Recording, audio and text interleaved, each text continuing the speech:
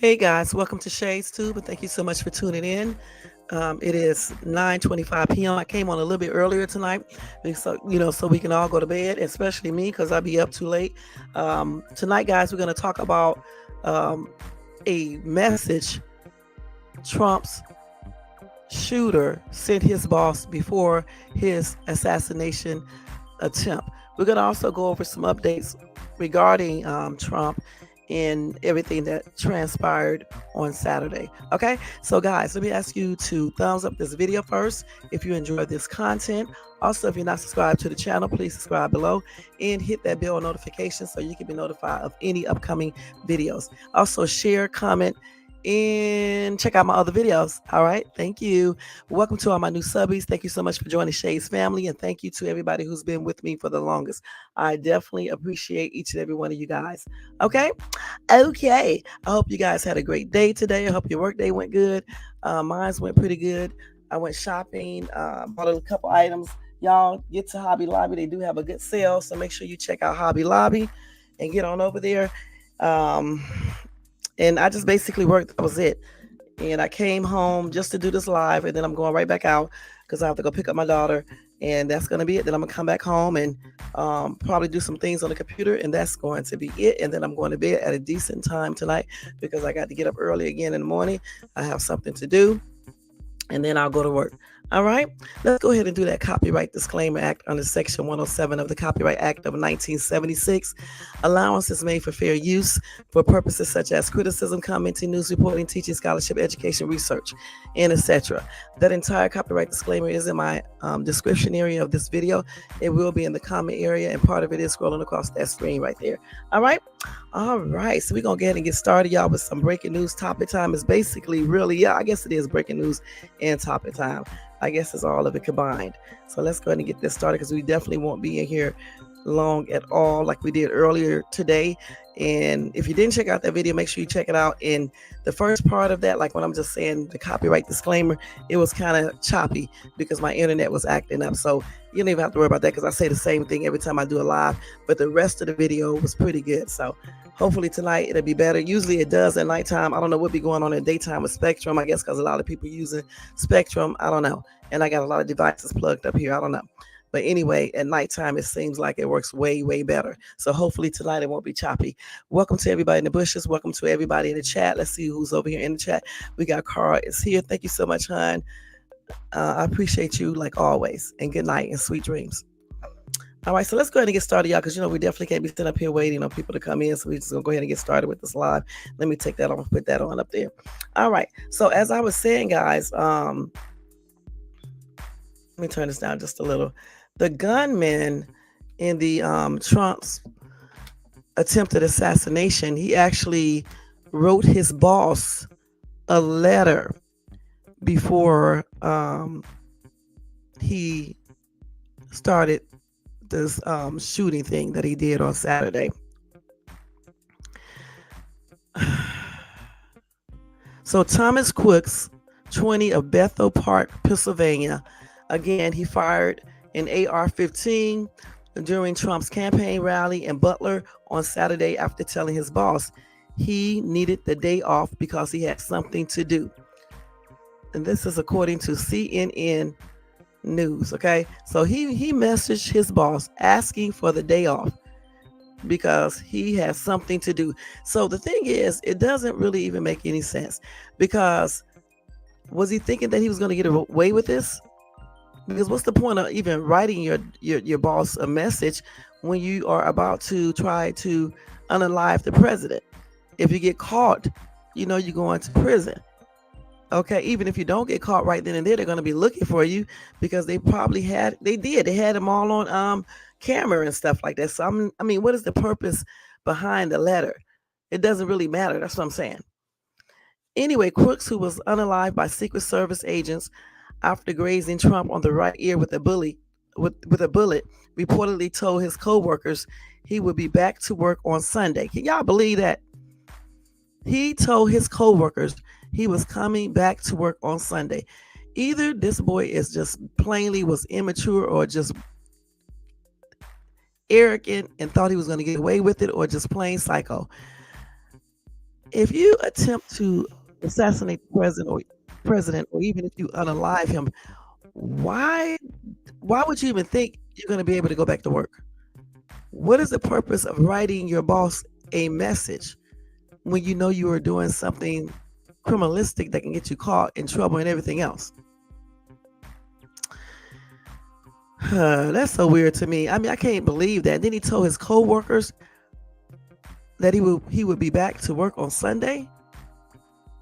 If that ain't the stupidest shit I ever heard of, it is. Okay. Now, that assassination attempt marked the first near assassination of a president in more than 40 years. President Ronald Reagan was seriously injured but survived after he was shot outside the Washington Hilton Hotel in 1981. Now, Crooks was at the security screening area for the rally by 3 p.m. when he first aroused suspicion after he walked through metal detectors while carrying a rangefinder, according to CNN. Now, listen, the thing about this is that if he was already raising some type of suspicion, why did they even allow him to go? Anyway, the rangefinder is used to measure distance, when setting up a long range shot. Now, they said this would not have prevented Crooks from entering the rally, but it did attract attention of security officials who kept an eye on him until he left the secure area. First of all, why is that allowed? It should not even be prevented. I told you these laws are crazy. Why would you be able to carry that inside of a rally with the president? Why would you even need that? Now, it is unclear where Crooks went after he left the screening area, but investigators suspect that he went to his car to retrieve his firearm. He was reportedly spotted using the rangefinder by authorities while witnesses alerted police about Crooks' position on the roof. They were looking at him while he was looking at them, the officials told CNN. I told y'all yesterday this dude probably saw them looking at him, and that's why he just went out like he did, because he already knew that they saw him. So therefore, the police was going to be coming, so he had to hurry up and do what he had to do. And then when the police officers went up there first, and he pulled out his rifle, he pointed his rifle at them, and the one police officer claimed that he slipped or something like that. But I think he just probably just jumped, down when the rifle was pointing right at him, because that dude didn't want to be unalive. Okay. Anyway, Crooks shot at the stage where Trump was standing from a roof about 150 yards from the former president's position. Officials said he reached the roof by climbing the air conditioning system of the building and pushing himself up.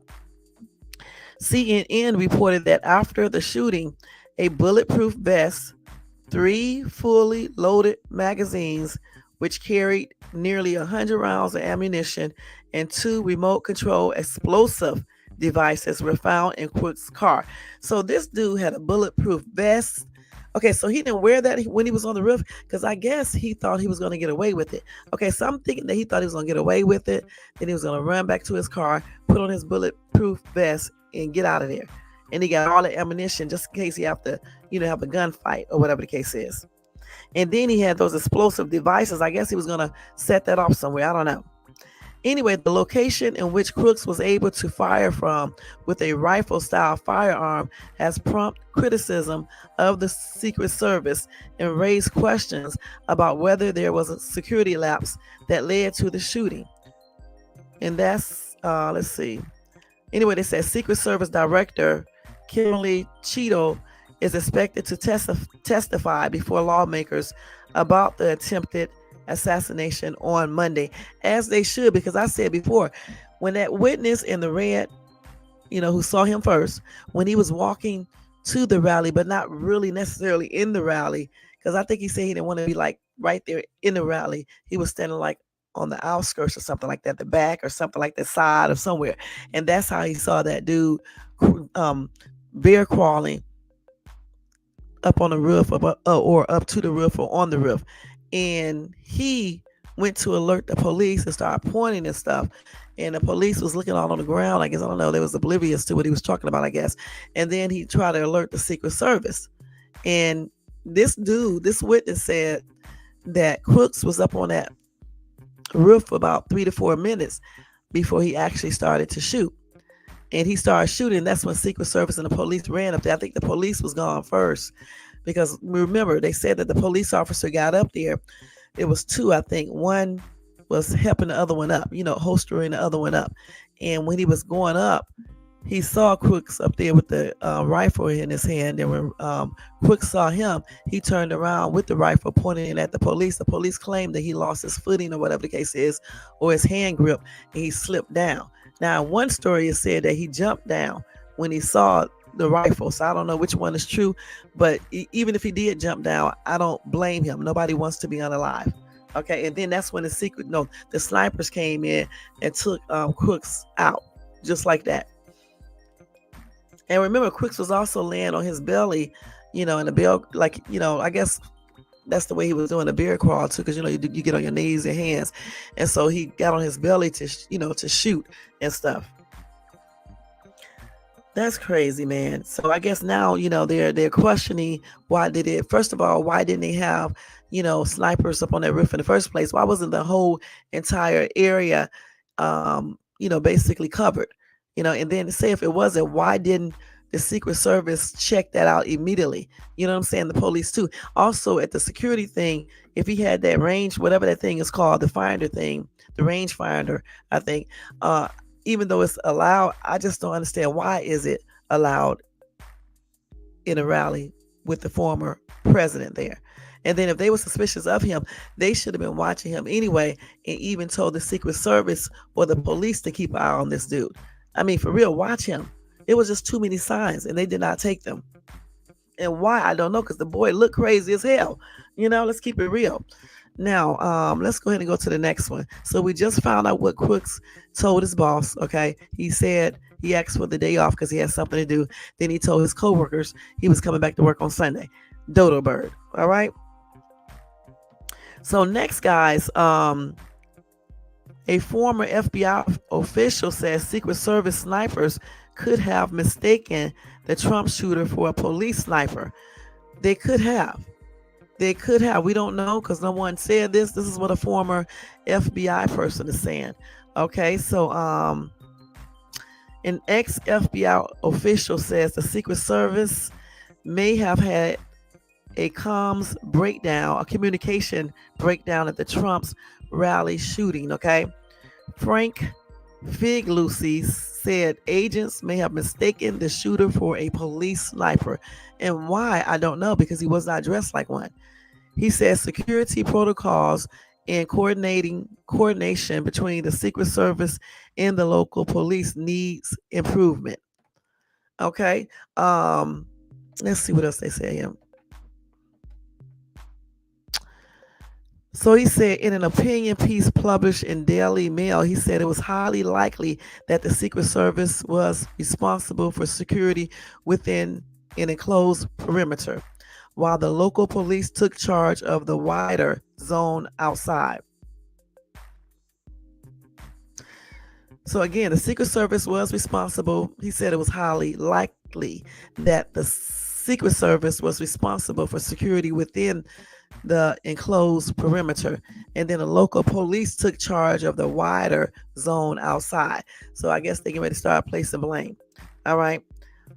Let's see, what is this guy? Okay, so Frank theorized that Secret Service agents could have mistaken Thomas Crooks, the 20-year-old shooter from Bethel Park, Pennsylvania, for a police sniper. Investigators said that Crooks fired multiple rounds from a rooftop around 150 meters away from Trump using a AR-15 rifle. He said, we know that a Secret Service sniper must have had a clear view of the rooftop because the gunman, Thomas Matthew Crooks, was shot unalive within a few seconds of opening fire on Trump, wrote Frank Figliuzzi. All right.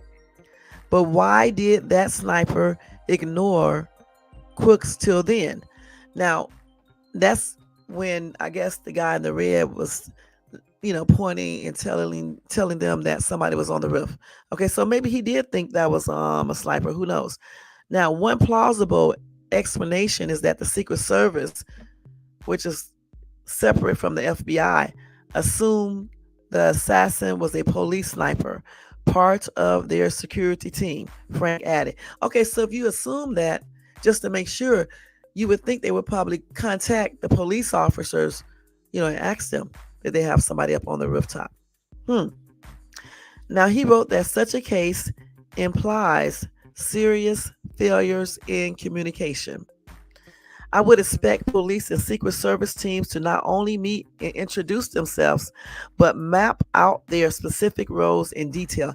I just said, I wonder why they did not contact the police to make sure to see who that was on that roof. Frank said in his opinion piece, they ought to have been able to recognize each other by sight, right? And also they should have sent, some snipers and officers up to the roof when they first saw the man telling them that, somebody was up there. And then plus you had other witnesses pointing it out as well. It's just plain ridiculous. Frank also wrote that he disagreed with what the Secret Service agents did during the rally, like letting Trump pause to pose for a photo with his face bloody or complying with his request to retrieve his shoes, right? That's silly. They should have immediately just made him go right in that car and that's it. Now, in that moment, the Secret Service had no way of knowing if the gunman was acting alone. That's right. They was hovering around Trump. They had him, protected as far as them being around him and things like that. But all that pumping your fence up and shit and talking and all that stuff, they should have just been making him hurry up and get to that motorcade and been getting out of there. That's it, because it's bulletproof. And then that's what he just said. Other shooters could have been present. And just think if they would have been.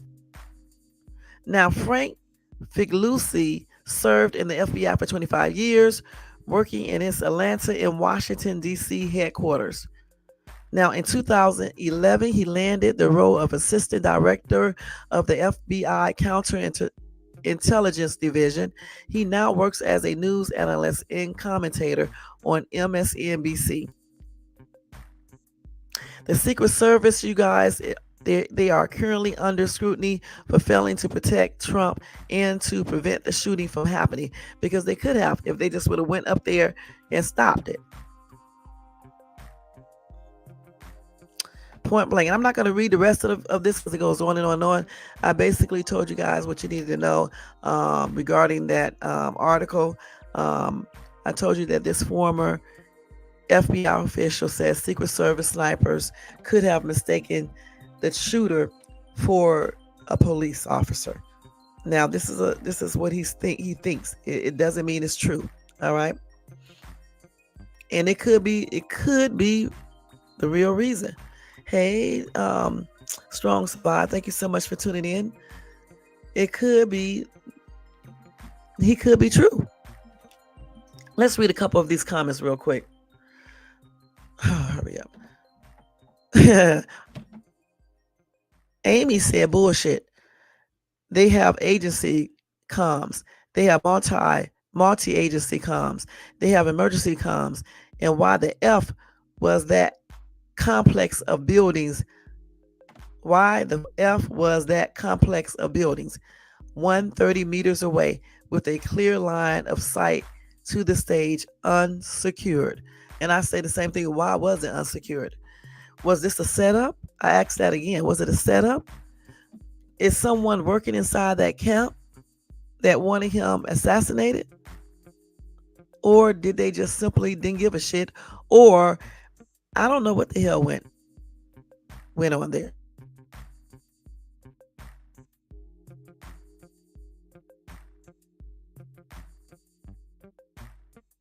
Suspicious 30 minutes before the first shot. That's another thing. I still don't agree with them letting him through. I don't care if they do allow this range finder inside of the place. The thing about it is that they said that he was acting kind of weird, suspicious. So why even let him through?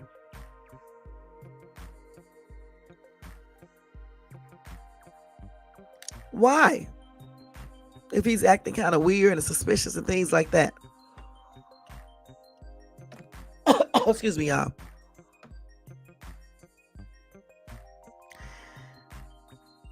It seems like they would have known where all of the officers, all of the snipers, Secret Service, and whomever else that is law enforcement.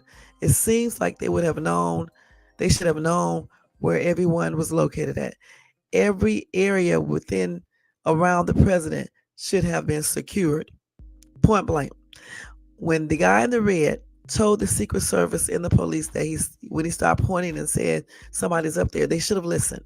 They should have sent people up there to investigate. You know what I'm saying?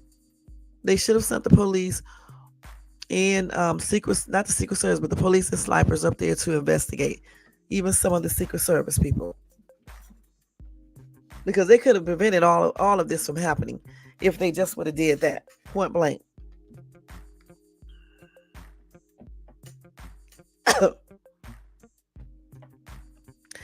um, Somebody said the entire audience yelled news about the kid shooter.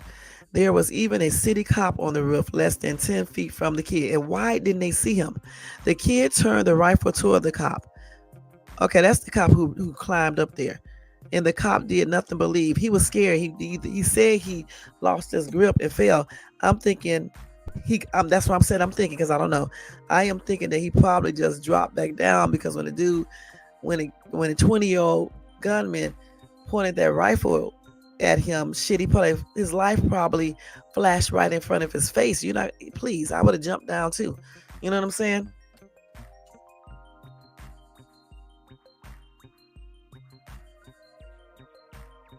Ooh, somebody said a cop was on the roof talking to the kid from a close distance. They were in on it. I'm not saying anything. There you go.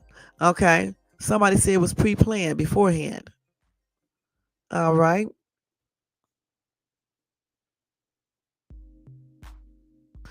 Another commenter said, right, the cop without a side arm and a chicken shit who bailed on top of that.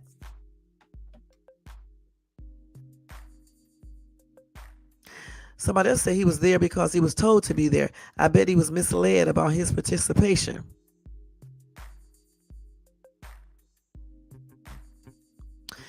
Another commenter said plain close sniper, wrong rifle. He was trying to hide on the roof, confusing snipers. Bullshit. Okay, another commenter said he had on different clothes. Come on, man.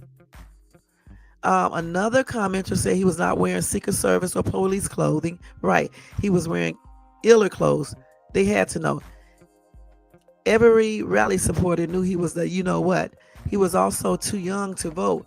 Never voted, but he was a registered Republican. He was not. He was 20, so he can vote at 18. That's crazy. They announced that minutes after the shooting. Remember Oswald shooting the ambulance arrived 8 seconds after the shooting. How did they know it takes more than 8 seconds to start the ambulance? The Warren Commission took out the ambulance, listen y'all, ambulance siren sound out on the tape. This is the same thing. It will all come out. This was done on top of a police training. Wow.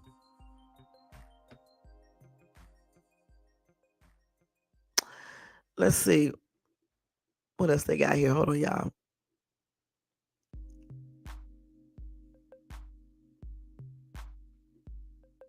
So Brian said exactly what I came here to say. I have no law enforcement, military or anything similar kind of experience. But damn, common sense tells me with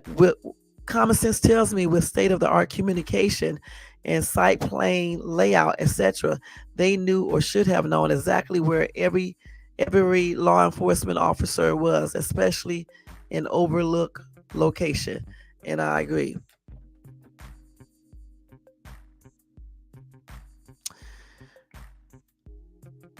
Like I said so many times before, and just like I said tonight, The entire area should have been secure. There's really no excuses for this, okay? If this little dude was acting suspicious when he went through the security checkpoint, they should have turned his ass around, or they definitely should have been having a cop watch him the entire time without him knowing. Okay, so say they didn't do all that, right? So once he was up on the rooftop and the dude was telling the police and the Secret Service, they should have checked that out. Plus, other people start pointing and saying that, somebody's up there on the roof with a gun. They should have acted on that. I don't understand why they didn't. And again, when I see things like this, it started making me think other things. You know what I'm saying? Why did the police officer lose his grip, fall down, or whatever, jump down, or whatever the case is? You know what I'm saying? Why did the Secret Service refuse to go up there and check out everything? Why did the police do what they did? Why didn't they go up there and check it out? And more importantly, why wasn't that area secured? Why wasn't it?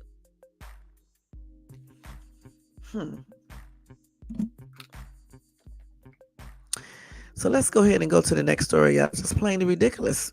For real, for real.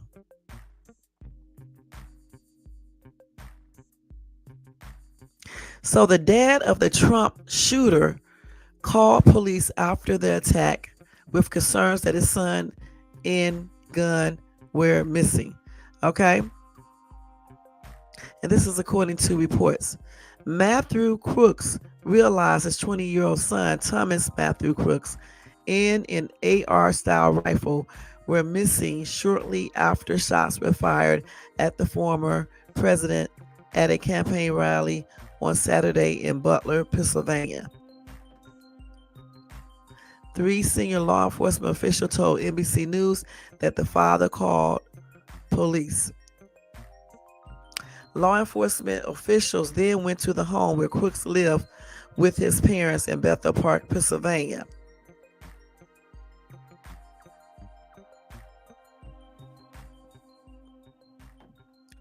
Let's see. Okay, so we already covered all this. I'm not going to read this again. So, anyway, we already know that they confirmed that Thomas Matthew Crooks was the shooter. Okay, we already know that. He used his father's legally obtained 5.56 caliber AR style rifle to carry out the shooting. All right. Law enforcement officials told NBC News that upon searching the Crooks' home, they discovered more than a dozen firearms. It's not clear at this time if Crooks' father kept his firearms in a locked storage container. Now, under Pennsylvania law, gun owners are not required to store their firearms in a lockbox or other locked storage. However, they are encouraged to. Anyway, Crooks purchased 50 rounds of ammunition hours before the rally shooting on Saturday. And like I said before, FBI also found what appears to be a metal box of explosive materials and a receiver in the car which Crooks drove to the rally. So police did say it is a sign that the shooter may have been planning to initiate an explosion of some kind. So he was really doing a terroristic act as well. They still haven't found out his motive at this time. And the FBI and other agencies have launched a full investigation into the matter. And they are still analyzing Crooks' phones and electronic devices as well. Okay? So we're not going to go back over that whole entire thing again. Let me see what else I got, and then we are going to get out of here.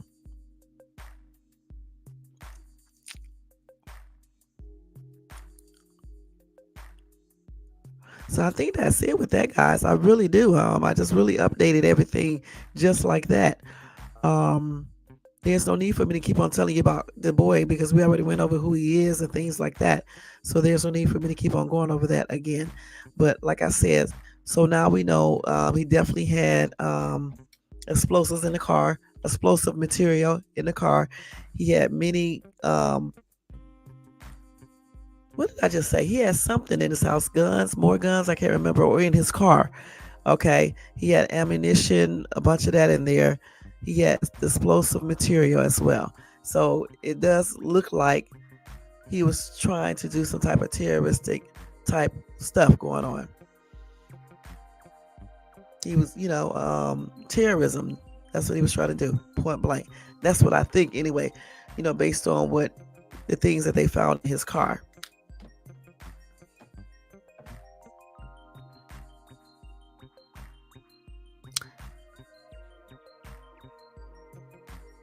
So they did say he took a background check to get his job, and he passed that without any problems. But again, that doesn't mean anything. You know how many people, murderers and serial illers, have a good they can pass a background check and have good records before they even do anything. So that doesn't mean anything. Yeah, they're just basically going over everything that I just did again and what I already told you guys. So if I get any more updates, I'll definitely let you guys know.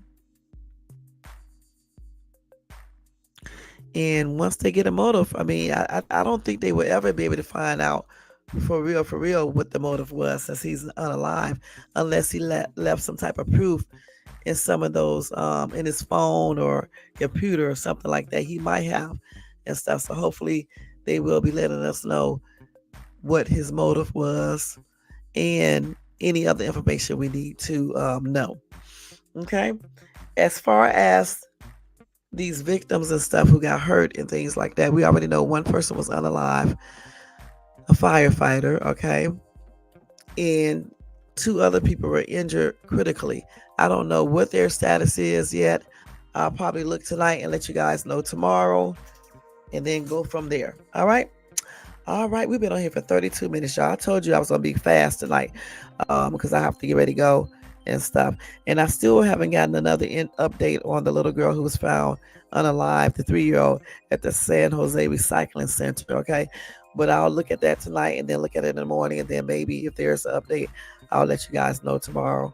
And then, of course, I'll be still checking on Trump's update and things like that. And as you guys already know, Kobe Bryant's dad passed on today or either yesterday at age 69. We do not know the reason yet. He did have a massive stroke a couple of months or either years ago. I can't remember what they said. So it could be, complications from that. But we do not know. Okay, we don't know. So again, my condolences are expressed out to, in sympathy, is expressed out to the family, the friends, and the fans. And may he rest in peace.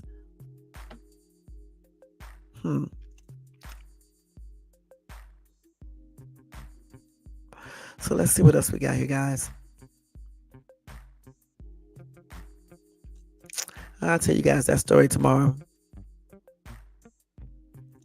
Okay, so yeah, that's gonna be it, guys. That's gonna be it for this live tonight. I was just looking through some stuff to make sure that I cover everything regarding Trump's update and then the shooters update, and I think I covered everything. Like I said, if anything else come up, I'll let you guys know. Let's see what else. That's it. That is it, y'all. That is it. But anyway, let's go ahead and get out of here. I was just trying to see if there's any pressing breaking news that I need to tell you guys.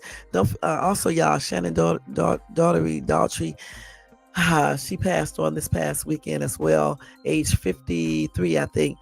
She was battling cancer, so that's what she passed on from. So my prayers are with her family, friends, and fans. She definitely will be missed. I remember watching her on 90210 and Charm. Charm used to be my show. My daughter just reminded me that I used to watch her on there all the time. So that was the show. I used to watch that all the daggone time. So it's really a sad thing. Even when I found out that she had it, it was sad, Brenda from 90210, and I forgot her name on Charm, but on Charm, but she will be missed and things like that. Okay. So anyway, let's go ahead and get out of here, guys. Only Car is here. Thank you so much for coming in. Tierra, thank you so much for coming in. Thanks to everybody in the bushes and everybody who watches this in a replay. Guys, don't forget to thumbs up this video if you enjoyed this content tonight. Also subscribe to the channel if you're not subscribed, and hit that bell notification so you can be notified of any upcoming videos. I will be back tomorrow afternoon sometime, or evening sometime. It won't be super late. I'll try to come on a little bit earlier than tonight, and we will go over some more stuff. And I may have an actual topic tomorrow. I have to see, and we can talk about something. Maybe I'll come home early enough to do an open panel. Okay? And I'm going to try to put my intro on here that Q made for me as well. Y'all make sure y'all go check out DJ Q, Brown Sweet. Who else? So many people, y'all. I can't even remember all the names, but definitely check out some of the people who watches me. I always try to tell people over here to go show support to people who watch me and be in this chat normally. All right, so make sure y'all do that. All right, other than that, y'all, I forgot to tell you, if you want to show additional support to the channel, you can do that by doing a cash app to $Shades2. All donations are used to better this channel. Other than that, y'all, we are getting ready to get out of here. So I'll see you guys tomorrow night sometimes. And you guys have a good night, a blessed night. Get you some sleep, because I'm definitely and also happy and blessed Wednesday. Until the next time, this is Shades2, and I am out, y'all. Peace out. Let me go ahead and get this out of here. All right, there you go. Y'all have a good night.